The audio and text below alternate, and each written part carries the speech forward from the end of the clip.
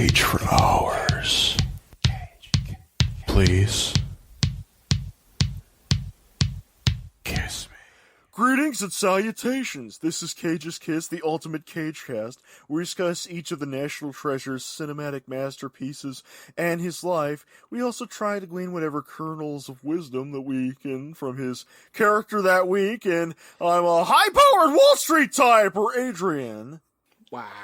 My name is Linda Castro, but you can call me the cheese. In fact, this week, I think I'm a nice family cheese, like an American craft single or something like that. Yeah, That is not even cheese. You're just processed shit.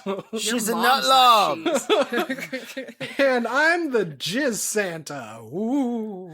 Ooh. We've been longing to meet the Jizz Santa. I'm combining Halloween ghosty goo with Christmas. It's the thing you never see coming. Speaking of Christmas, can I get some Charlie Brown Christmas music from you two? You see, kids, it's Christmas Eve, and Cage is a high-powered food critic who has just entered a Denny's. Don Cheadle is right ahead of him, but this is one of those Denny's, so they try to make him pay in advance, because he's black and it's one of those Denny's. But Cage steps in and claims that Cheadle was with him, so they both get seated. But Cage can't get over how crap his Grand Slam is. Cheadle knows Cage needs a valuable life lesson, and in true Christmas Carol style, Cage magically becomes a Denny's cook and must learn to humble himself on free Grand Slam Day, cooking not one but thousands of slams for a long line of cheap customers. And that's why this week's movie is called The Slamily Man. Wow, that's a lot of slamming. It's hardcore. Jeez, John slamming. Cheadle, that's a lot of man slamming. That's a cheddar. It truly was a grand slam. You'll wish you were gagging on Denny's because this was The Family Man from 2000 by the Brett Ratner. Yeah. I have a little PSA / announcement. Well, Cage learned a valuable lesson, so there's no reason why the rest of us shouldn't. Okay, so my name is Linda Castro, and sometimes I like rom-coms. What? And I will not be taking any questions at this time, as I would like to focus on strengthening the relationship between me and my family, and working toward their forgiveness. And I appreciate I appreciate your discretion. And dog bless Cage's Kiss. Thank you. It's okay. We know not to trust someone that bleeds for days and doesn't die. So let's talk about this movie. Well, this movie opened on December 22nd of 2000. It's a Christmas movie? It somehow cost $60 million. I don't know how. What? Well, probably because they shot in Manhattan with a union crew. It also somehow grossed $124.7 million. It opened at number 4 behind Castaway, What Women Want, and How the Grinch Stole Christmas in its 6th week with Jim Carrey. So it was all that the fake snow that cost up. They brought back the mashed potatoes from Trapped in Paradise, no doubt. Now the good news is that this beat out Miss Congeniality and The Emperor's New Groove and Vertical Limit. Oops. Oh yeah. What the hell is Vertical Limit? You don't remember the Vertical Limit? cliffhanger type ripoff, like mountain climbing and shit. You know. Oh yeah. It's like Extreme Ops, except the same. Yeah. I never saw either movie. I'm going to admit that right now. It's exactly different, but the same. Yeah, exactly like a bowling ball, but not at all. Yes. Got it. Well, it's as if the world was round, but it's not. Some people, it's flat and hollow. Some Yes, people, like Nick Cage. What? Yeah. Now, this movie's kind of standard. It's kind of workmanlike, but that's not really a big surprise because it is by Brett Ratner. And Brett Ratner started out doing a couple of Chris Tucker movies. You guys remember Chris Tucker? Yeah. He was alive? Yeah. He did that inferior remake of Manhunter that had Edward Norton. He made that Pierce Brosnan movie that nobody saw. He did an X-Men thingy. He did some kind of Eddie Murphy movie about towers. And in the end, he made a pretty good Dwayne Johnson movie where he's got this beard. Chris Tucker, movie fucker. Oh, Chris Tucker. All that dog.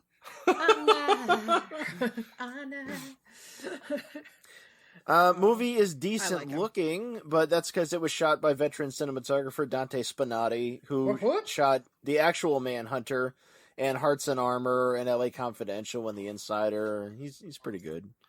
Yeah, I mean, it is a step above the Oxygen Network's version, but that's also because this movie was a lot of All I Want for Christmas.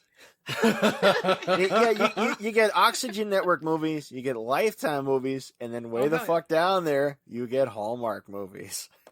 Yeah. Oh yeah, I've seen a lot of Hallmark movies because I was thinking about doing like a Hallmark movie podcast. We might need to get you some therapy though. You might hate yourself. Yeah, most definitely. At the gym I used to go to when I went to Lacey Anytime Fitness, sometimes that is what would be on the little 8-inch TV that was on the treadmill. And I think after a while it's just like, no, fuck it. I don't need cardio anymore. Bye. You know, it's like wouldn't even change my clothes. Just get in that car and start. You know. Well, the podcast was really going to be about my slow descent into madness. This is about your nightmares. You got to be trying a new prescription drug with each Hallmark movie, though. That's the only way it's going to work. Because without the prescription drug, you miit actually do self-harm. This episode's brought to you by Celexa. I don't know what opiates is, you damn kids. Get off the lawn. I can't wait till my Xanax episode. Speaking of Xanax episodes, this movie is from a movie writing team. It's from David Diamond and David Weissman. The Davids. Davids, yeah. They wrote Evolution with David Duchovny, and they did Old Dogs with Still Alive, Robin Williams and John Travolta. And they did an hour-long TV thing called the Untitled David Diamond and David Weissman Project, which was also directed by Brett Ratner. I haven't really looked into it. There's very little information, and I don't care. I think they're hard-ons for naming a thing after themselves. I would like to think that David Diamond is related to Dustin. Yeah, he almost certainly has to be. Yeah, he's got the same hair and everything. Diamonds. Diamonds everywhere. Most important of all, this movie has Don Cheadle. Other people might be in it, but Don Cheadle is in there. And you kind of wonder why he's in there, too. It's kind of like, this is really weird. This is like if Laurence Olivier showed up on Kids Incorporated or something. What's he doing? Don Cheadle is like a month older than Cage. His early films include stuff like Colors and Meteor Man. And fuck you, Cowpokes, because he was in Boogie Nights. That's right. He was in some Iron Mans and that version of Crash from 2005 that had less sex in it. Oh, that one. Yeah, that one. Less sex, but more racism? Maybe. Like they were neck and neck, and then there was this other scene, And Matt Dillon. Oh, wait. Rusty James? What? Rusty James. Don't go beating on people, Rusty James. A really cool dude. What the hell is going on over there? None of your business. Wait. Is that percussive genius I hear? Did Bonham come over? Is your cat mixing a drink? Well, I mean, since she has opposable thumbs, yeah. I want chicken. I want booze. I want vodka. I got trouble. Cage's character is named Jack Campbell in this one, just like that British sci-fi author that did that Lost Fleet series. Wow. No, it's a pretty generic name, so there's a bunch of famous people named Jack Campbell. Like, there's some tennis players and politicians and shit. And Max Steel. Black Steel.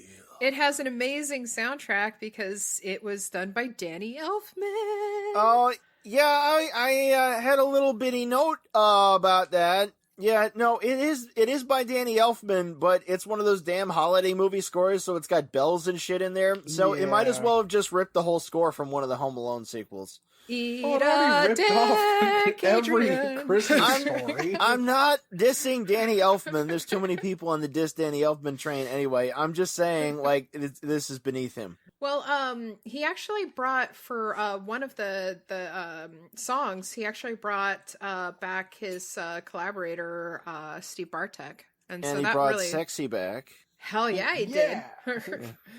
That made me Did so happy. did Danny Elfman contribute to the song that Seal sings over the end credits? Oh my god. Okay, listeners, please do yourselves a favor.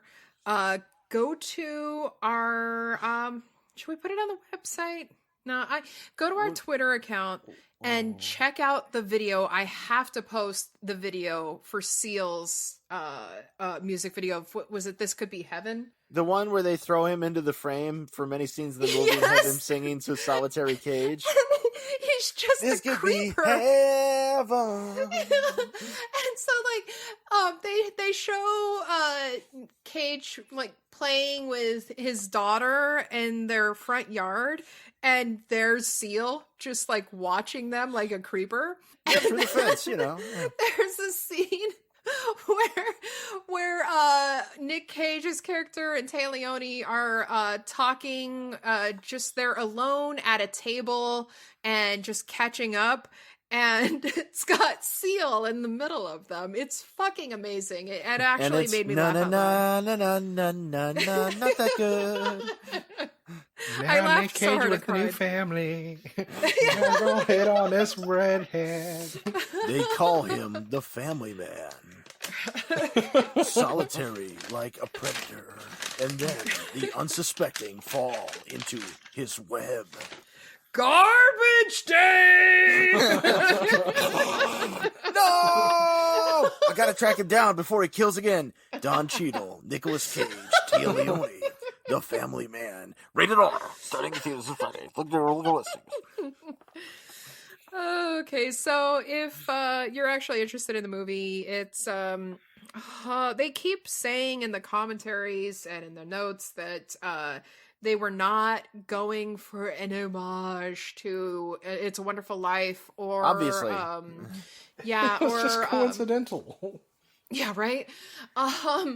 Or I thought it was a very Scrooge kind of story. But, Well, no, yeah, it's a little bit the Christmas Carol. It's a little bit every Christmas thing ever, which is the thing most critics, sort of faulted it for. You know, yeah, but it is very much those things, and but except for the fact that Cage wasn't leading like a shitty life before. He was actually living a pretty damn good life, holy and he crap. was an okay person.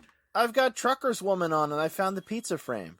I actually had a lot of problems with this movie. And it's mostly... I have problems with this like I do with most magical Christmas things, and it's not so much a fault of this movie as it is the fault of Hollywood and our society. Yeah. Well, I mean, not that you can let the movie off the hook, you know. No, but I mean, Nick Cage had a good life. He was happy with it. He's just kind of like, oh, hey, my ex I almost married called. Oh, well, whatever. She's probably cool. And then on top of it, you have in his alternate life, his wife who's doing pro bono lawyer work, and she's happy with it. He's kind of a dick. He uses emotional blackmail twice on her in this.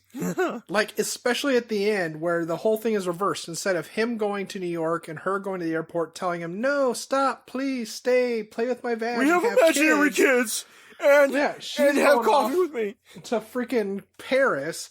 And he decides to use emotional blackmail, telling her all these details of a life they could have actually had. And he lived with her. And she's like, I think I will have coffee with you because, damn, that sounds really good. I don't know how you know these things about me, but... That's kind of what I liked about it, though, is that, like, they didn't, first of all, like, he had a damn good life before, and he wasn't, like, an asshole. He was just like, a little selfish, and, But he even says like later that she's a much better person than he is, and that makes him a better person. No, this movie does dress it up a little bit better than a lot of them do. It's obviously better than shit like Trapped in Paradise. Oh God. Well, yeah. But because it's not the crap fest that was. Brett Ratner actually has basic competence. But philosophically, it's that same flaw that you see in all these Hollywood Christmas shits. It's this idea that urban living is always somehow flawed and non-urban living is always somehow superior. And it is the value that happiness with children is the only real happiness, and happiness without children is false. Yeah, it's what me and Lucille were talking about with this film. It's this whole genre of, it's poor people movies. It's to make you feel like being poor is actually you're happy, because you could be rich and totally devoid of any happiness in your life. Yeah, no, that's why Christmas movies are a fucking wank fest. Like, oh, we're so grateful that this house isn't actually ours for 120 more payments. Financial success would only dampen our spirit. Yeah, but we don't know that, like, he ends up choosing, because you don't know if she stays for him, and you don't know if, like, he ends up choosing to leave his job for her. I like to believe that they both fall into the fantasy of his delusion. They attempt to have children, but it turns out she's too old now, and she dies in childbirth. Well, choosy people choose Jif, but I kind of hope she didn't, because goddamn, she had a nice independent life. She was a strong, independent that woman. That was a really, really great living space for Manhattan, by the way, that she had. No that shit. That was kind of epic. It's like, damn, look at this room for all your antiques and shit. Holy fuck. Well, we got room for activities. I mean, it's still possible that he went to Paris with her. But Yeah. What's that mean where you're from? Yeah. But, what were you doing behind the dumpster the other night? Oh, just going to Paris, Oh, you make me sick, man. You fucking wealthy people. Fuck your 1%. Fucking going to Paris. Fucking shitheads. So going to Paris know is illegal in the United States.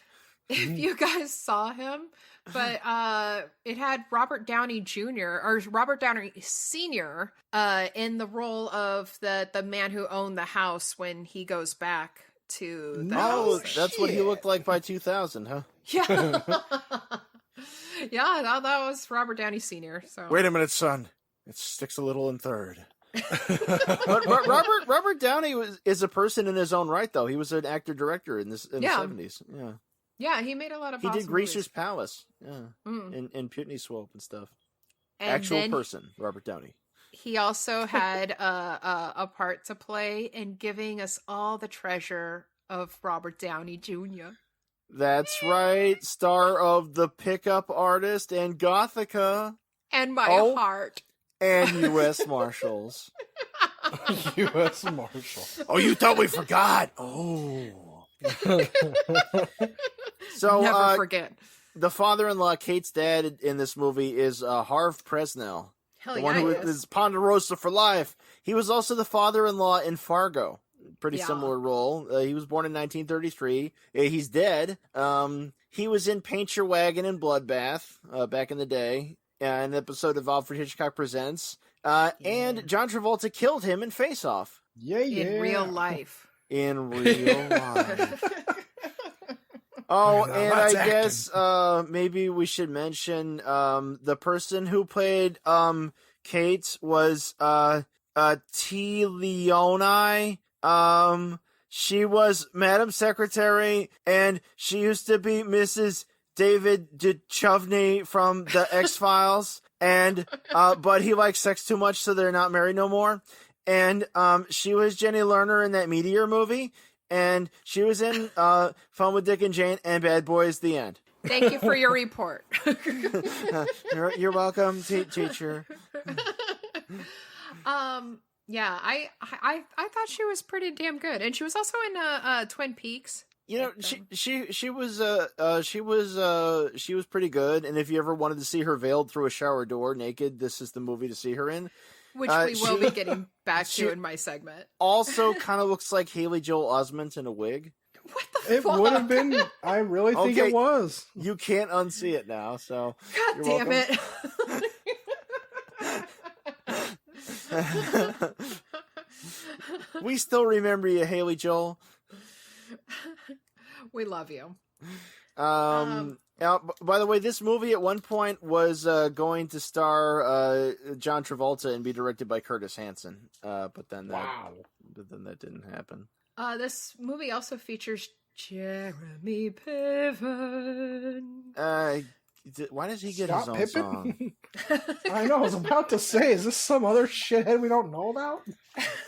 You know Jeremy Piven? He's from PCU. I know Scott Pippen. Yeah. Jeremy Piven, mostly from Entourage, though. Yeah. Oh yeah.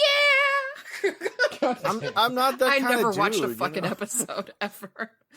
I have no fucking idea about anything with. No, but no, I've never watched Entourage either. But it seems like a certain type of dude is the one that watches that. I'm not that type of dude.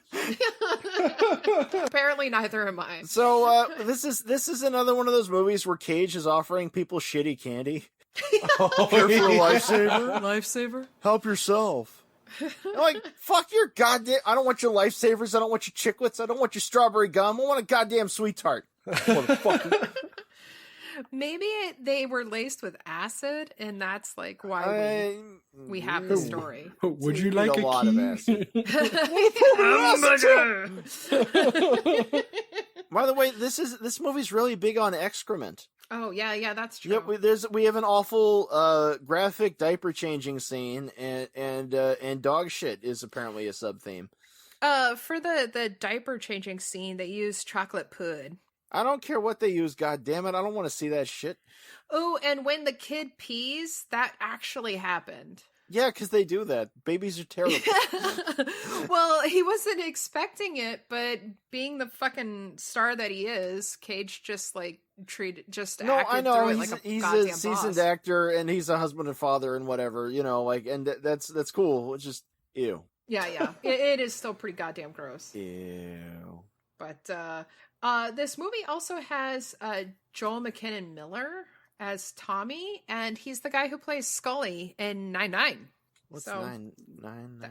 Brooklyn Nine-Nine. It's awesome. It's a TV It's something show. kids on social media are all hip about. Yeah, what you doing? yeah. Is it kids? Is that like them email the goddamn days? Yeah, I got one of the iPods. You heard one of the iPods? Yeah. What is this email you speak of? I only know electronic kinda like a Walkman, messaging. only it's like it got more than one tape in it. Yeah. Y'all got yourselves an iPod Shuffle? I'm gonna go be back to my living room, watch my stories though. I don't know about this here Netflix. Yeah, my email is thickbootylover@compuserve.com. At Prodigy. I got me one of them AOL CD. Couldn't figure out, no, it didn't sound like nothing in my CD player. So I threw it in the microwave. So apparently Jeremy Piven kept cracking Cage up in their scenes and vice versa. Just like Ranger Bob. It was pretty goddamn amazing though, because if you get the DVD with the outtakes, you get to hear. Okay, so they were taking one scene over and over and over and over again because Cage kept cracking up, or Jeremy Piven would end up cracking up, and so eventually Cage told Jeremy Piven to hit him, to punch him. But unfortunately it's all off camera, and he says punch me, and so he punches him. Hit me as hard as you can. Yeah, basically, because then he says, "Oh, harder." I'm like, fuck, I need to see this. It God was damn it, just turn like the the camera. scene in Rolling Thunder. It's like, come on, make the ribs crack. Oh yeah, but Yeah, tie me I up wanted to a see little that. bit better. Okay, now spit on me. But we do get to Step see on my ball. No, put on the high heels. Yeah. Like, no, I'm not gonna laugh. But at one point, we did get to see him slapping himself, though, so that was pretty great. So yeah, that's how he gets serious. But apparently, And don't Brett forget, Ratner this really, movie's set in Jersey. it's in Jersey. That's And right. they, I guess most of their exterior shots were in Teaneck, and most of the interior shots were in Burbank. The interior shots were up my ass. That's where they was. Hell! Oh, a fun Yeah, little Burbank bit is of, where Warner Brothers Studios is. fun little bit of trivia. Apparently, so they had a lot of fake snow for the Yeah. exterior shots, and the one scene where Cage just kind of woke up and it was Christmas and he's trying to find his Got on the way. Tried to comb Yeah, across like- his head. Yeah. And he goes out tries to go back to his condo and to his workplace, and then he comes back to find Arnie. When he's like out on the street, there's that shot was in Teaneck, and they covered most of the houses, I think like all of the houses except for one in that on that street, just for the filming with the fake snow. And the woman who owned the house that did not have snow, she called 911 because she was so confused because all the other houses had snow and she didn't. So she thought she I should think call there's something wrong with my 911. house. like what the fuck? I- Why would you call If 911? all the houses had snow and mine didn't, I would just praise Allah. I mean, like that'd be great. Like fuck, no complaint here. Shit, Especially if my car didn't have snow on it, Apparently, and if the it vanished from the storm- road before me. The storm skipped everyone's house except for her. You don't know what know? it's like, Joe. They That's a had fun, no warning. That's a fun Washington story. It's one of the contestants on American Idol, Sanji, I think it was. The dude there, the poofy hair. How I think it was his parents were arrested for growing pot because they were the only house during our great snowstorm when everyone was snowed in that still not only had power, but was the only house with no snow on it. The cops took notice. Oh, nice. Uh, So, Back yeah, off, that was the Fuzz. thing. Huh? I said, back off, Fuzz. It's legal now. Yeah, in most states, actually, in some form or another. Yeah. It's like that made a reversal. Not so, so- legal to grow it without proper registration, licensing, whatever. And yet But, Nick Cage is still allowed to make these movies. So God. we got kind of a Nicolas Cage 10 years later callback in this movie because the soundtrack features Chris Isaac's Wicked Game that was yeah. in Oh, shoot. Wild at Heart, because there's the part in the bedroom where they're gonna have love night. And I wanna fall in love. Oh, sweet Jesus. Please with leave my you. socks alone. How I can love you look that at me line. like you haven't seen me in 13 years? Well, I basically haven't seen you in 13 years. I want to take it as that you're being all husbandly. I want to put lipstick on to make tonight special. Oh, you fell asleep. Yeah, you Téa Leoni. Tell me what I've always wanted to hear. You're a bad girl and you need a spanking. It's like, that's not what I want to hear, Jack. We're all domestic and cute. We say we love each other and we don't have sex No. drives. That's my favorite part of this is when he decided to turn this movie into Groundhog Day and he sees the horny redhead. He's like, I think she's acting like we banged. I'm going to ask her. And then gets her to confess to having a secret fucking crush on him, does, wanting yeah. to bone. He gets it out of her really quick and then it nearly Yeah. happens. Yeah. Yeah, that's what happened in real life. But he fucking gets her to admit it and then tells his friend, oh yeah, she totally wants to bang me. I should get her address. I want to bang. It's I like- want to bang.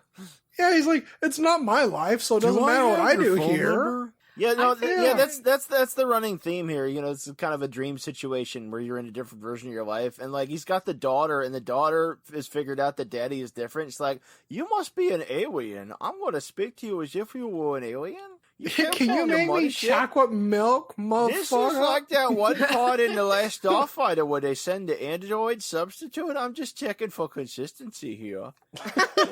Now you go to Adam Sandler, when did you get here? And now you work at the tire store, and you can do it. That's right. This movie needed more Rob Schneider. That's right. Oh, this world needs less Rob Schneider. I feel like this movie needed a little bit more Rob Schneider. Oh Lord. And some David Spade. I figured that it's obviously it's a Wonderful Life / Scrooged reboot of Vampire's Kiss. Yeah. Like without the vampires. And in fact, like at one point, like he even says like he says something very, very much like his character in Vampire's Kiss, where he says like with all the mumbo jumbo. I thought you were gonna say when he started telling his wife what she wanted to hear. That's Tortures of the Damned. Tortures we do get caging, by the way, for people who are watching for that. Unlike far more than we got in Gone in 60 Seconds. So 2000 may be the worst year ever, but this is better than Gone in 60 Seconds. Well, both Brett Ratner and the producers actually kept likening Cage to Jimmy Stewart again. So I think this is just another one of those. Well, I think they did better than that other fella did though, Bergman, because it isn't like in fucking It Could Happen to You where they try to push that too literally. More Jimmy. Well, you know something, Hallie? I'm feeling like it's Christmas. It's the strangest thing, and it might be the man who shot Liberty Valance. Oh, you're a bad girl. Can't quite put my finger on it, but if you just put on a blonde wig and get all made up like you were before when you did that murder, that'd be a real humdinger. I'm so hot for you. You're a painted up whore. Now spank my ass. How come they never tried to use Nicolas Cage's Cary Grant? Riddle me that one. Because that would be too hot. All wet paint and no telephone yet. By the way, we get Cage singing again. Yay! Yeah. At the beginning, when he's Rich Man Cage, we get him doing opera. And then when he's domestic Cage, we get him singing to Téa Leoni on her birthday, singing la la la la la, I love you. When he's domesticated. Yeah. Many guys come to you with a line that wasn't true when you pass them by. Pass STDs. I don't even have a song to sing. Fa fa fa fa fa fa fa fa fa. Fuck you. More Cage movies need soul soundtracks, I gotta say. Yeah. I'll agree with that. Yeah. And not those Gone in 60 Seconds soundtracks. Oh God. I guess I didn't know. Satellite Cage Radio. Tangerine. She's all they claim. Yeah. Brett Ratner apparently really wanted Cage for this, so he added some things to the script to kind of court him. He knew that he loved wines and good suits, and No, honey, that's a $200 bottle. No. 800. No. Oh. I can't have nothing I like. This is dumb. You look great in that suit. It's $2,000. Fuck you. We're having some beautiful fillets, yes? He actually added things to the script like that bottle of Lafitte just to get his attention. Wow. Like Apparently the it wine. all worked out. He even found out what watch he likes and put that in there. Wow. Well, okay, give it to Brett Ratner. He's a clever man. You know, he makes a lot of Hollywood pap, but Well, Cage didn't really want to do it at first, and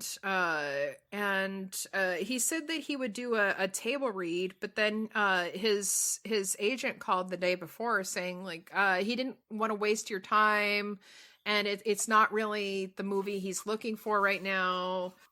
You know, he doesn't want to do like a romantic comedy. But then he found out that Don Cheadle was involved, and Oh shit!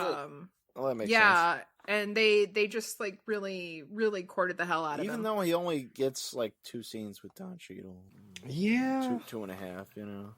Kind of Cheadle-less. Yeah, They Cheadled us. It's kind of weird, right? They have Don Cheadle as the magical, mystical black man who's able to control time and space and give him the glimpse, as they say. And they don't really elaborate on mythology or anything. It remains sort of symbolic in the background. I want to believe it was a demon. Yeah, yeah, sure. Yeah. Those were demon kids. It's just like one of those Super Dickory covers where Superman all of a sudden has a wife and children, and he's indifferent to Lois Lane getting tied up on the railroad tracks. Go back to Netflix, Adam Sandler. I'm going to unleash my evil now.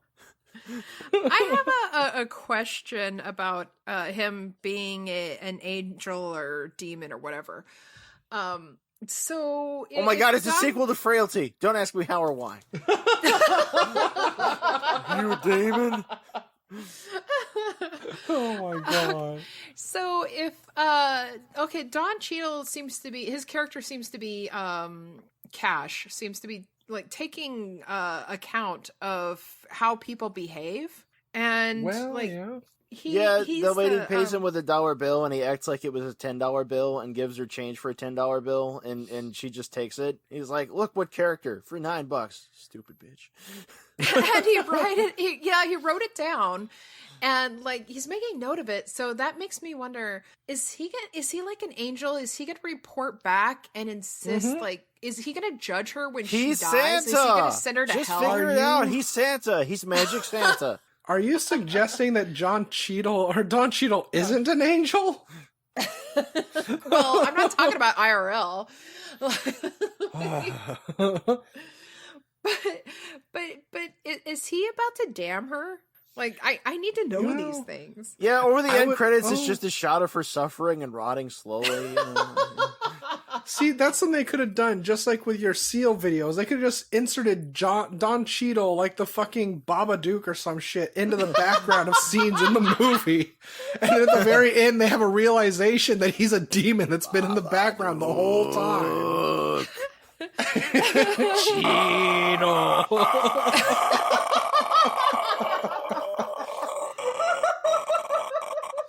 Bitch, I will slap the spit out your mouth. The cum out your mouth. Don Cheadle, he'll knock the butt snot out of you. Oh, Jesus. Yes, he will. Oh, man. You know what was conspicuously missing from the soundtrack, though, was a certain Hall & Oates classic. Leave me alone. I'm a family man, and my bark is much worse than my bite. Now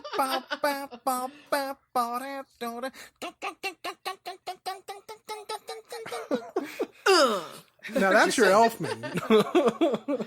She had sultry eyes. He wakes up with that loose woman, fits in, whatever. That woman with loose morals. Now it's time for the sultry tones of Adrian Smith.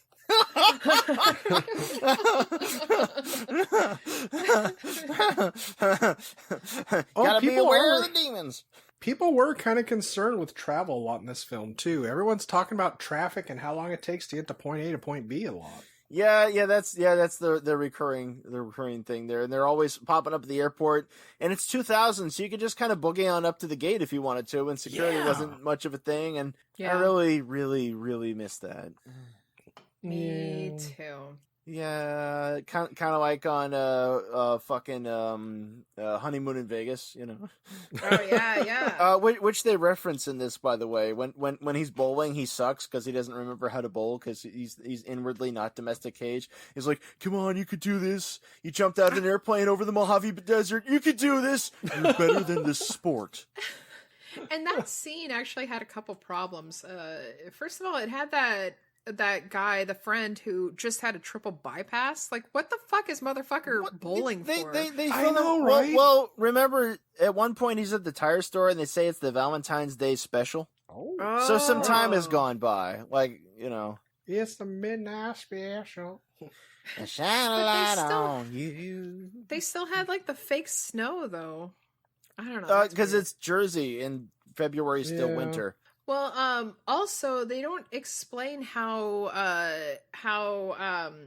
the character of Tommy like broke his arm. Because he's just there with like a cast and a sling, and it's like, well, okay. Well, you see, he was trying to get the pay from a hoe, and she was holding out on him, and he slapped her a little too hard, and he dislocated his shit.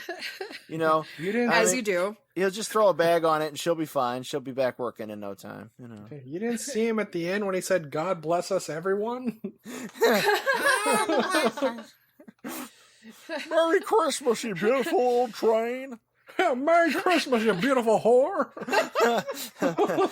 That's right. We're racing with the moon all over again. I told you to stop calling me that.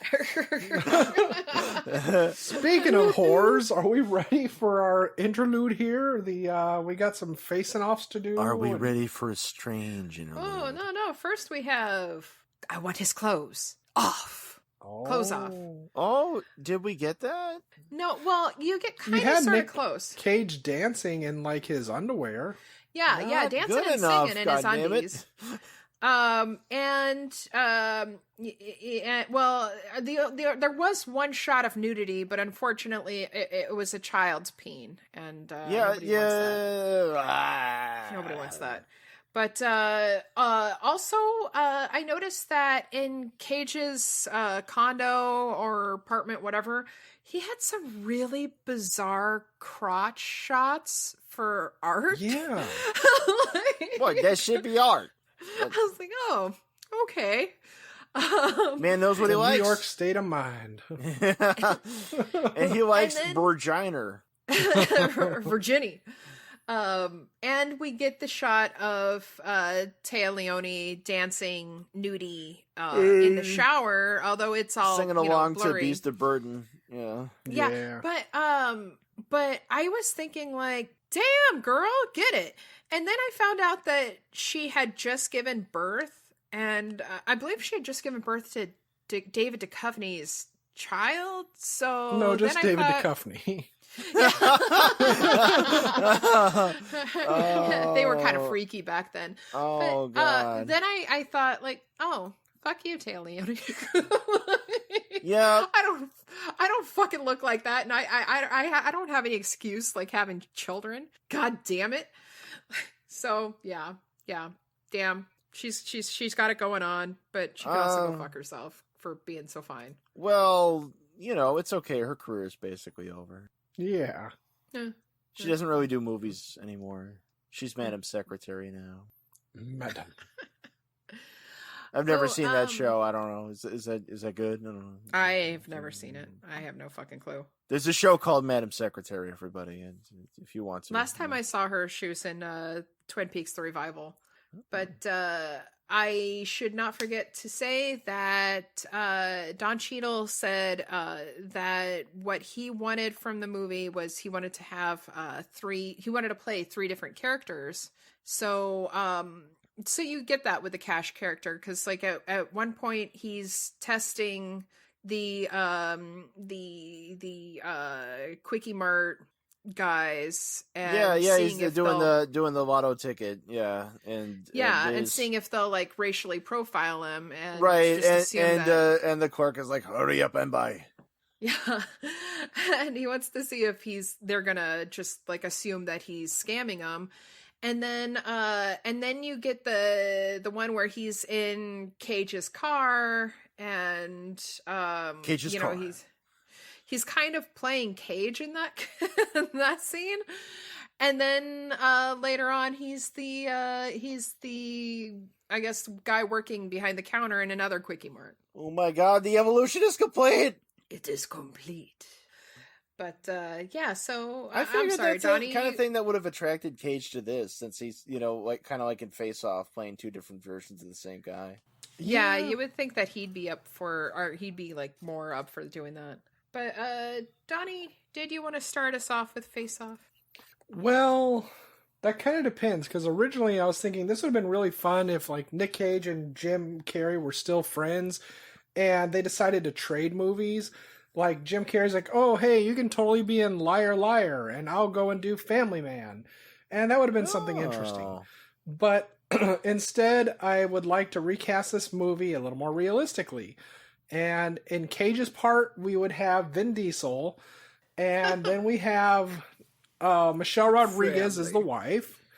And as her father, we would have Hulk Hogan. And Yeah, Ponderosa! it would be Hogan's Tires. And it would be really, really fun. And we could have Tiny You Lister never in know there. he had that heart attack. He's still ripping his shirt off like a champ. Yeah, you have Tiny Lister playing his business associate who he walks all over when he's a mean, mean man. That way it's funny because he's so huge and he's such a broken man. Can I get a tire discount? Zeus doesn't balance tires. Jesus Christ. That's the stuff of nightmares. Thank you. Adrian, did you have anybody? Well, I didn't have anything too plain, but when Cage goes into his office at the tire store, he opens the drawer and finds a bottle. So there's a kind of alcoholism theme there, and being the sensitive modern type that I am, I figured we'd cue in on that and use that for a theme. So I'm figuring for Cage's character Jack Lemmon. And I'm thinking for the father-in-law Oliver Reed. He'd rather like the booze. I'm thinking for the angel guy Peter O'Toole. Yes. And I'm thinking of for the boss character there George C. Scott. Yeah. And this is magical casting. So for the wife, Janis Joplin. Oh, I was hoping Lee Marvin. And for the kids, I think maybe Brad Renfro and fuck it, River Phoenix. Yeah. Hey.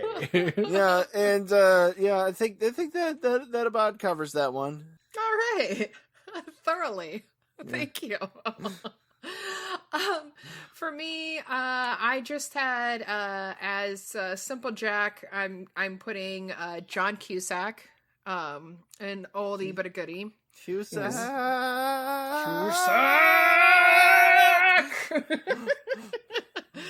And Kate, I'm gonna go either Nicole Kidman or Lisa Bonet. And as the kid, I want as the little girl. Linda I was Hunt, thinking, right? Yeah. Well, how did you know? You quit anytime I want to. Actually, I was gonna go Arnold Schwarzenegger, but yeah, it's a sequel to Junior. Junior. But were you guys able to find any sort of... I'd live to see you eat that contract, but you better save room for your fist because I'm going to ram it into your stomach and fall out your fucking spine. They did a very good job. I couldn't find any wisdom because I really did pay attention to this, but I was also drinking a little bit of tequila, and I cannot remember 90% of this movie. I just know it happened. Fine, It was a happening. That's right, you guys. It needed Mark Wahlberg. As the Doesn't girl. There anybody it care is. about the Christmas? Come on, Don Cheadle. Come on. The aliens did such a good job. Does anybody care about the good job? In that case, Sam Jones would be the father-in-law. Hey? He kind of talks that way anyway. It's fine. Were you able to find any sort of wisdom in all this, Adrian? Oh dear Jesus Christ! Oh fuck! Oh yeah, no. Apparently, money is bad. Give it away to the priestess, and she'll bring you happiness. Oh. Don't have money. You gotta give it to the priestess. Put an egg in a pillowcase. But he did do a lot of good with that money. Like, I mean, he basically when Don Cheadle's character pulls out the gun, he was able to like talk him down by giving him money. No, right? No, and he says do you need anything help? And he's like, are you trying to save me? He's like, well, everybody needs something. And whereas when the situation's reversed for him and he tries to go back to his building, his neighbor's like, you belong in a shelter. So like we know that for his strata, like he's not a piece of shit. You know, it's just I don't know if the movie even understands that. You know what I'm saying? No, like not fully anyway. You know, there are some problems. It could have been worse. My wisdom is that money can't buy you happiness except for when it does, which is like it totally does. All the time. Yeah. They're going to make those same kids, and they're rich now, and they're going to go forward with the plan, and it's going to go even finer, even though they're 13 years older than when they started originally. Yeah. And, money's going to be awesome. And speaking of which, you need to go to our Patreon page. Money will be awesome. Yes. Please support us. In a world where money buys happiness. We're going to be recording our first real bonus episode this week, actually. It's going to be bona fide. It's going to be awesome. And so please, if you like us, please help support us on our Patreon. And please help other people find us by going to Apple Podcast and rating and reviewing Cage's Kiss there. While you're at it, hit that subscribe button. Also, tell all your friends about us, and tell all your enemies about us. Share your helpful suggestions. Yeah, phrased any which way. And do you like to talk to people at the bus stop and be that creepy person? Tell them about Cage's Kiss. Why not? Why not? So yes, please follow, listen, rate, review, Cage's Kiss, just about anywhere where you can find podcasts. We're on Pandora now. Oh, is that what happened? Oh. That's what happened. That's the haps, Paps. Pandora, was that one space movie? What with the Dennis Quaid? And if you're on Podchaser, if you can give us a review and follow there, that would be awesome. Because we're actually on a couple of the top-rated lists there. So your help definitely is appreciated. Stroke our ego cocks, please. And go and watch a real Christmas movie like Kirk Cameron Saving Christmas. Oh, Jesus Christ. Parentheses, if you hate yourself. Didn't Ernest have a Santa Claus movie? Ernest did Save Christmas. It was not as good as when he was scared stupid or went to jail, though. Yeah, true. Not as hot. Speaking of which, I would like to give a shout out to Cynthia Verity from, I hope I'm saying that right, from Demi World podcast. An amazing podcast. And Captain Geach for both giving us awesome reviews on Apple Podcasts. On we really appreciate it. We love you guys. Did they ever cover Alberto Di Martino's The Tempter? I can suggest it. That's my favorite Exorcist ripoff. No, it's really badass. You guys should all see it. It has amazing sound design. I am adding it right now to my list. Good. It's from like 1974. Yeah. Real square cat. And while we're talking about awesomeness and all things awesome, I would like to tell you all about another amazing rad as hell podcast called Verbal Diorama. And, yes, we're going to get a giggle every time we say diorama. Em, the one who hosts that show, is fucking amazing. She does these wonderful deep dives into movies. Ooh. And they're all pretty short episodes, so I mean it's really like you can listen to a bunch all in one day. It's not the crushing investment that this show is. Yeah. Exactly. And she really does her research, you can tell, and she's passionate about what she does. Her episode on Logan is fucking fire. It's amazing. Check her out. Much like my mixtape. Much like Adrian's mixtape. So, Adrian, you got any plugs? Oh, you can still find me as Leo the Fox on DeviantArt.com and as A. Smith on YouTube on DeviantArt. We're looking for submissions for the Dreadful Tales issue coming up for Halloween. Deadline is October 30th. If you're on there and you write stories, you do pictures, get your ass over there. And that's about it for me. Yeah, to be in pictures. I'm still the boy who blew on RedTube. I'm also on Real Goals on Twitter, and that's all I got. That's all you got. That's all That's you all. need. That'll do, pig. That'll do. Don't you know what it is to don that grease paint and go before those footlights and knock your dear little heart out? Another shout out for Pod Nation. We love you and love your support. Thank you very much. And we will be seeing y'all next week with Captain Corelli's mandolin. Oh, God help us all. God help I Adrian. prayed this day would never come. Oh, Jesus Christ. Oh, fuck. Well, we're about halfway, so here we are.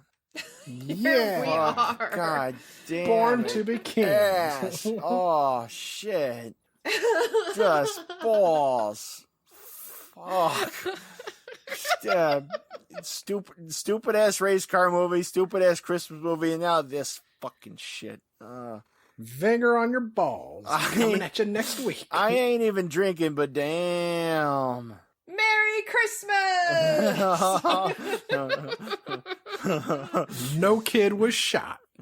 Oh, dang Every it. time Yeah, a thank you, bell Donnie. rings- I shot a kid. God. Did you shoot the kid from this movie? I did. Oh, And I yeah. shot the lisp right out of her. It looked like a bullet, like stuck right in me. Yeah. Fuck off. But then I rose from my own death to kill again. All right. Can I'm anything stopping. stop the family man? Garbage day. Oh my God!